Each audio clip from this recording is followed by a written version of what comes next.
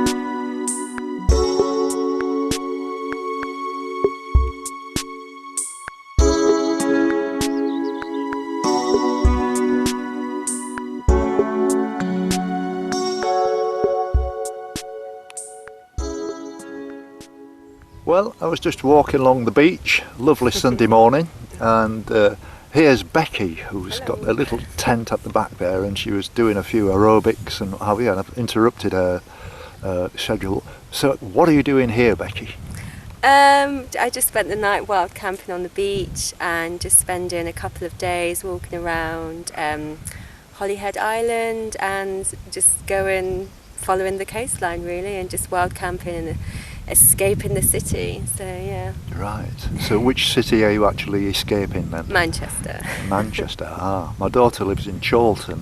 Oh, I do. You live in Chorlton? Yeah, maybe we're friends. Well, that's incredible, isn't it? It is, Yeah. small world. Yes. Yeah. In actual fact, it's my 70th birthday on the 26th of this month, and her and the grandkids and her husband, who's Rick, he's from Amsterdam, lovely guy, and we're meeting up in Llandudno for a couple of nights to celebrate my birthday, which would be really nice. Oh, brilliant. But I mean, I know we talked very briefly, but this really is like you could be on the moon, couldn't you? Really? Yeah, I mean the landscape's spectacular, absolutely beautiful. I mean, yeah, I've done various jaunts where I think the landscapes, especially on the coastal line, it just changes all the time, and it's just so peaceful, and you meet lovely people who just want to stop and chat like we're doing now, and yeah, it's just so relaxing to just be outside and appreciate nature and absolutely, and escape all the modern trappings really, the television and everybody on iPhones and stuff.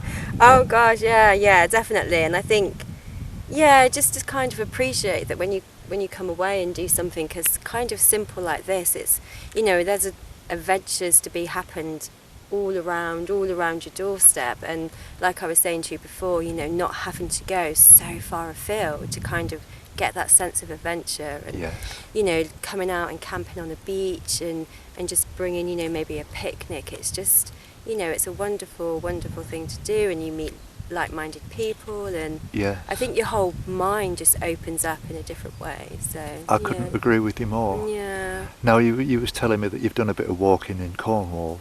Tell us about that. Yeah, right. I spent 10 days doing the Southwest Coastal Path. I walked from the Lizard Peninsula down to St Ives, and really beautiful, dramatic coastline, and I grew up in Wiltshire, so it's not too far away, but I'd never really spent a good amount of time down there, and sort of just wild camping, so walking every day with this tent strapped to my back, and just making mini adventures, not having an end destination, but also having an amazing adventure, but without spending absolutely any money. I think I survived on Cornish pasties. Really? Every day. And then not wrong with that. I know, and they're the best, absolutely. And then I hitchhiked from St Ives all the way back home to Bristol, where my family are from, and it was a real test to kind of sort of say it kind of an exploration into humanity and kind of how generous people are and how lovely people are if we've got the time to give to them. I think in a city, everyone's running around and you don't have that time to give people pleasantries always, because you're in such a rush. And I had this conversation actually with my mum, who was really, concerned about me going hitchhiking, and I said, you did it when you were growing up. She said, but that's because everybody did it. Yeah. And I said, well, why doesn't everybody do it now? And it's because everybody's got their own mode of transportation. So I don't think it makes people become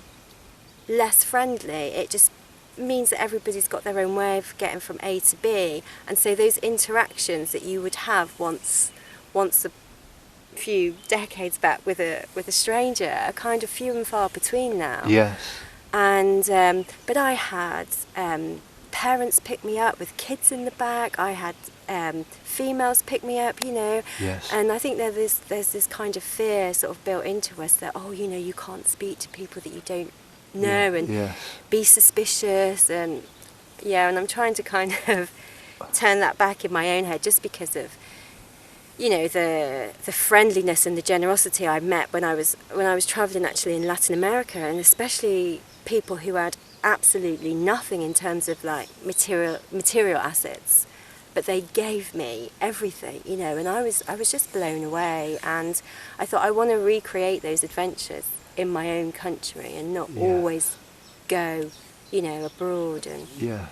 so So yeah, it's been lovely. Yeah. So your South American adventure then, that was something special. It must have been. Yeah, absolutely. Just a real beautiful like cultural experience, and I lived with a lot of indigenous families, especially in Guatemala, and yeah, just their whole togetherness and family unit, and just being generous to people was just mind blowing. Yeah, and I did a lot of volunteering over there, and yeah, it's just the people, the culture, the landscape, everything combined was just a feast. Yeah.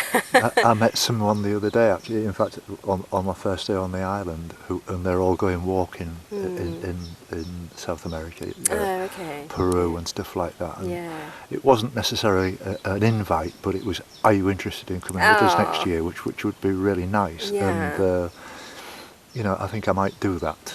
I think that would be a great thing to do. I think it's always nice to meet other people who are excited by the same sort of adventures that you are and share the journey as well. Yeah, definitely. Well, the thing about walkers, I mean, it can be any age, and I mean, it's noticeable on all the films that most of the people that I talk to while I'm making this film are all more like senior or older, if you like, around my age. Some older, some slightly younger, but people just into early retirement who are looking for something different to do, in the mid-60s, and all of a sudden they've got all this time to spend.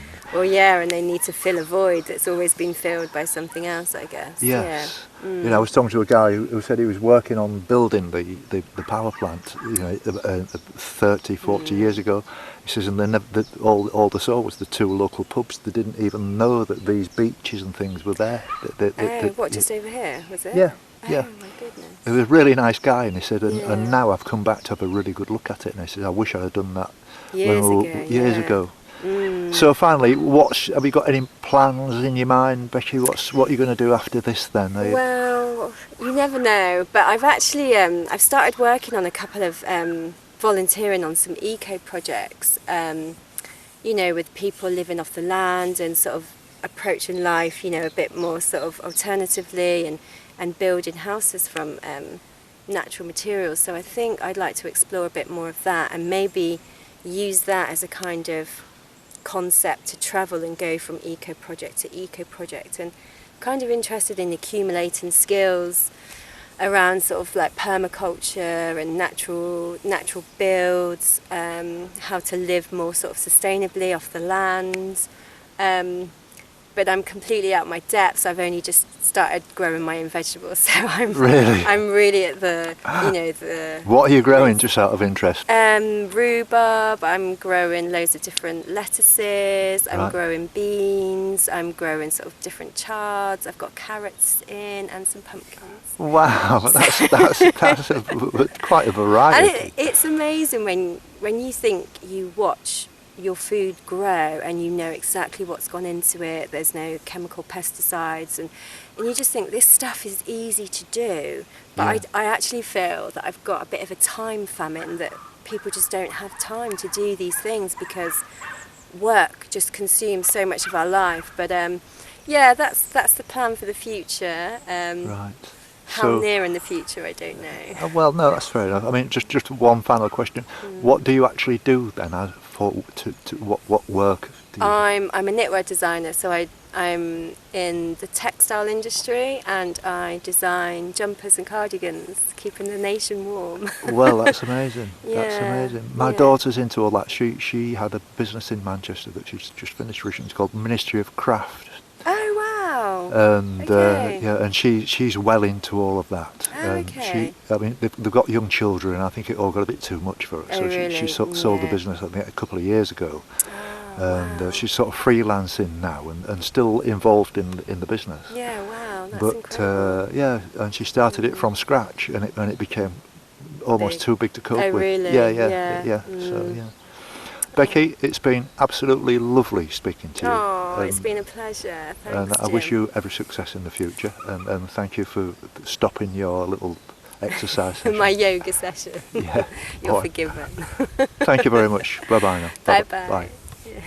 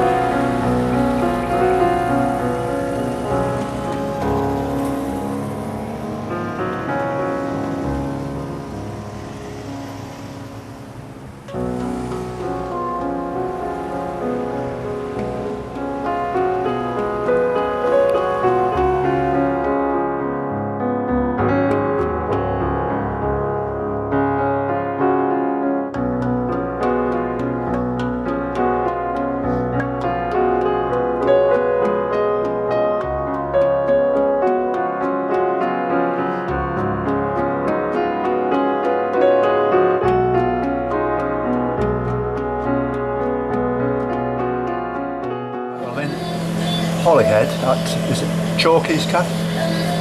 Your name, sorry? Charlotte, Mia. And Mia, Charlotte and Mia. That was the best breakfast I've had on this whole walk. Thank you very much. Thank you. It was absolutely fabulous. Thank you very much indeed. Thank you. Bye now. Bye.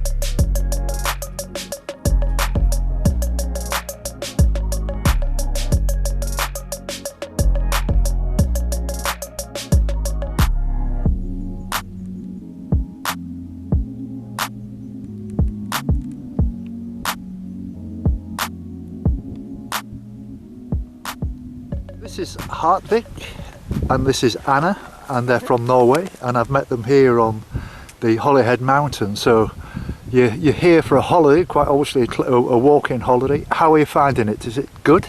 Yes, very good. Yes. So we just love coastal paths.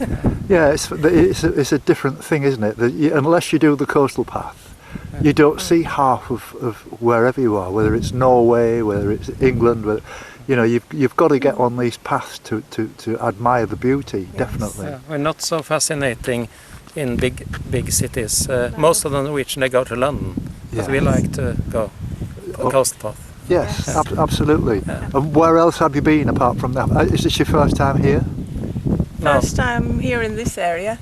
Yeah, but we walked the coastal path, southwest coastal path from where was it? From Poole to nearly to Plymouth, but not in one go, in several goes. I bet that's a nice path as well, because it's got high cliffs and everything, and the weather's very good down there. Yeah. I'm making my way that way. I'll eventually end up down there by about Christmas, I think, by the time I get there. But you know, it's very nice to see people like you here in this country doing all these walks. Yes, I've met people from all over the world over the last 4 months since I've been doing this walk.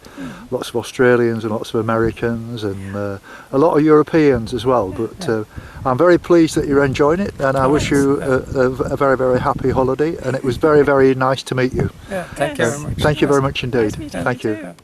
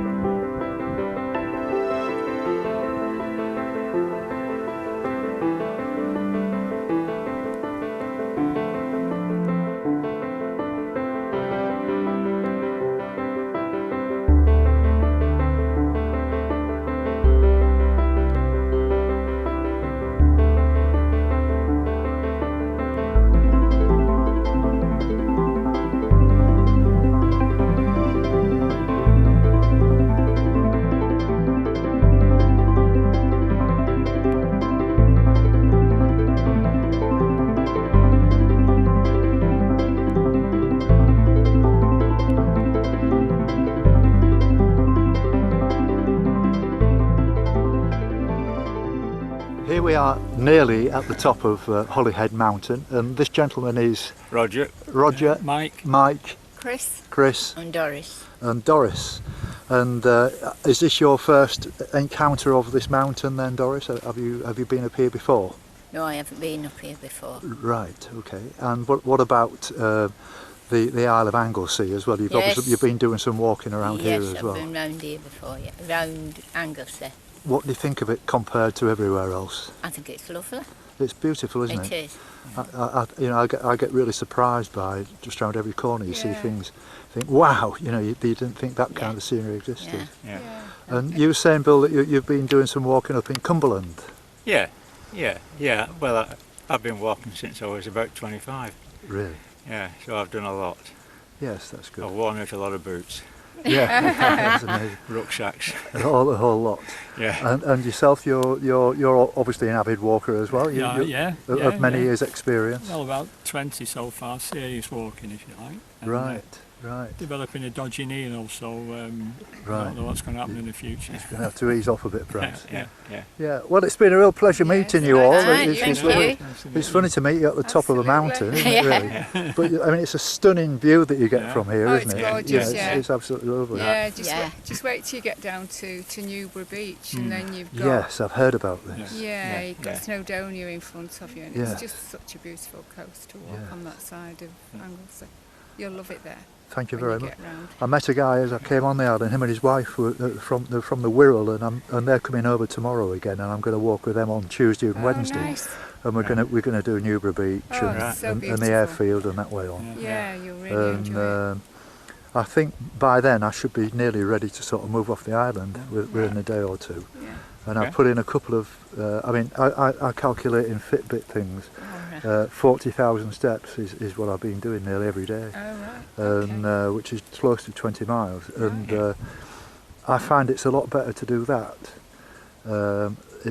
Do a big 20 mile and then have a day off, and then do another 20 mile and have a day off. Yeah, And that's especially in this weather, Yeah. rather than doing Yeah. 10 and 10 and Yeah, 10 and yeah. 10, Yeah. average, Yeah. do it in 20s, and it knocks the miles off, and you get a good rest as well. Yeah. Okay. Yeah. All right, nice to meet you. Okay. Best of The luck rest to you all. of your journey. All the Thank you very best. And I hope the weather keeps well for you. Yes, look me up on Facebook. You're and all you right. Oh, for another yeah. week, you I can know show that. your grandkids and stuff. Yeah. All right, very nice. Yeah, Thank you very take much. care. Thank you. Thank you. Okay, Bye. bye bye.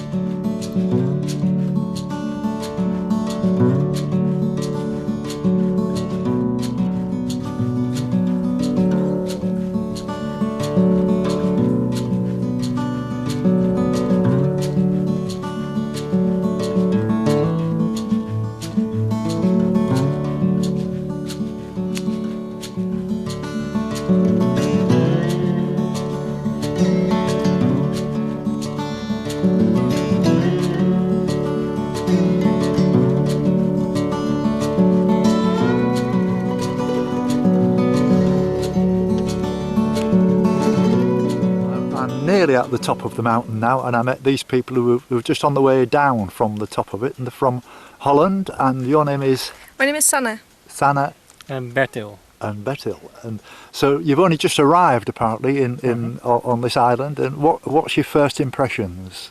It's beautiful. Yeah. It's everything we've hoped for and more. And how long are you staying here?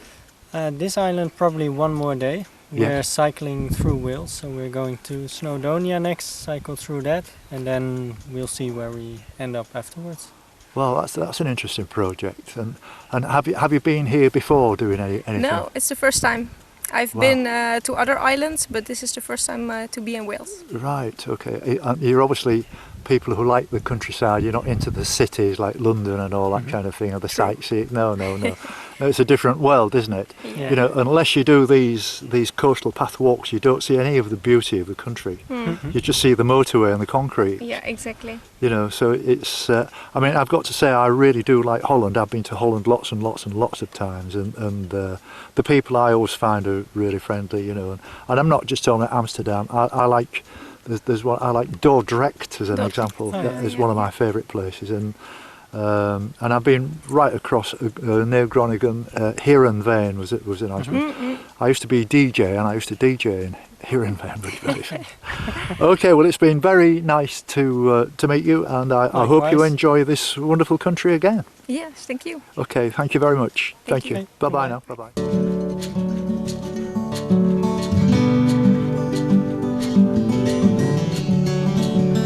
bye.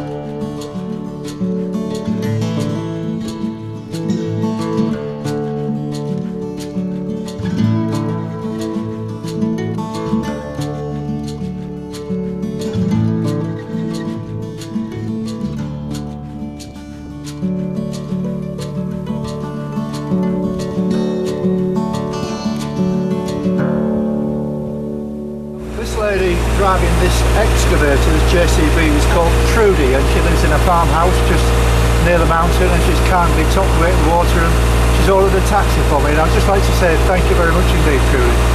Thank you. You're very welcome. Right now, thank you. Well, it's 3:30 now, and the temperature's gone up like about 10 degrees in the last hour.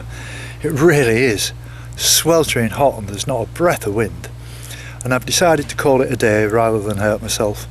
I was hoping to have gone further, but I called in at this farmhouse. I saw a lady called Trudy who was driving a JCB and doing a bit of heavy work, and she filled up my water bottles for me with a bit of orange and everything.